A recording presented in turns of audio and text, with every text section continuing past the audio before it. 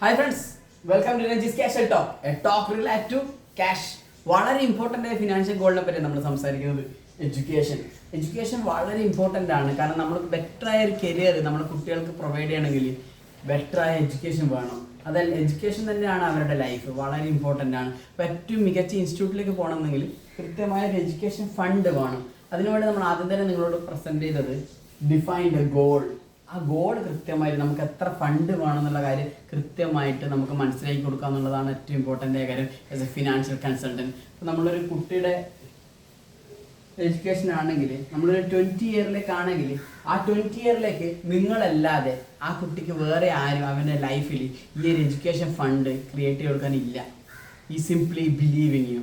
അവൻ്റെ ട്രസ്റ്റാണ് എൻ്റെ 20th ഇയറിൽ എൻ്റെ ഫാദർ അല്ലെങ്കിൽ മദർ, എൻ്റെ പാരൻറ്റ് എനിക്ക് വേണ്ടി ഒരു ഫണ്ട് ക്രിയേറ്റ് ചെയ്തത്. അതിലാണ് അവൻ്റെ ലൈഫ് കിടക്കുന്നത്. ഈ education fund determines the life. അത്ര ഇമ്പോർട്ടൻ്റ് ആണ്. പല പേരൻസ് വളരെ കാഷ്വലായിട്ടാണ് നമ്മൾ പ്രസൻറ്റ് ചെയ്യുന്നത് കാണിക്കുന്നത്. ആ സമയത്ത് അപ്പം നോക്കാൻ പറ്റുന്ന കേസല്ല. കാരണം നിങ്ങൾക്ക് ഇത്രയും വർഷമുണ്ട്. ഇപ്പോൾ സപ്പോസ് നിങ്ങളുടെ കുട്ടിക്ക് ഒരു 5 വയസ്സാണെങ്കിൽ യു ഗോട്ട് 15 ഇയേഴ്സ്, 15 വർഷം നിങ്ങളെ മുന്നിലുണ്ട് അവൻ്റെ ഡ്രീം ഫുൾഫിൽ ചെയ്യാൻ വേണ്ടിയിട്ട്. ഈ സിംപ്ലി ബിലീവിങ് യു. അപ്പോൾ നമ്മുടെ ഒരു എഡ്യൂക്കേഷൻ പ്ലാൻ എന്ന് പറയുന്നത് ഒരാളുടെ ലൈഫാണ്. We are simply creating a life.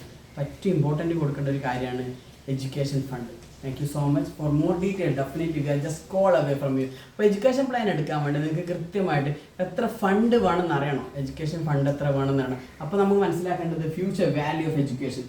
ഭാവിയിൽ എത്ര ഫണ്ട് വേണമെന്ന് നിങ്ങൾക്ക് അറിയണം. അതിന് കൃത്യമായിട്ട് നിങ്ങൾക്ക് നമ്മൾ കൃത്യമായിട്ട് നിങ്ങൾക്ക് ഒരു കൃത്യമായ ഒരു റിപ്പോർട്ട്സ് തരിക.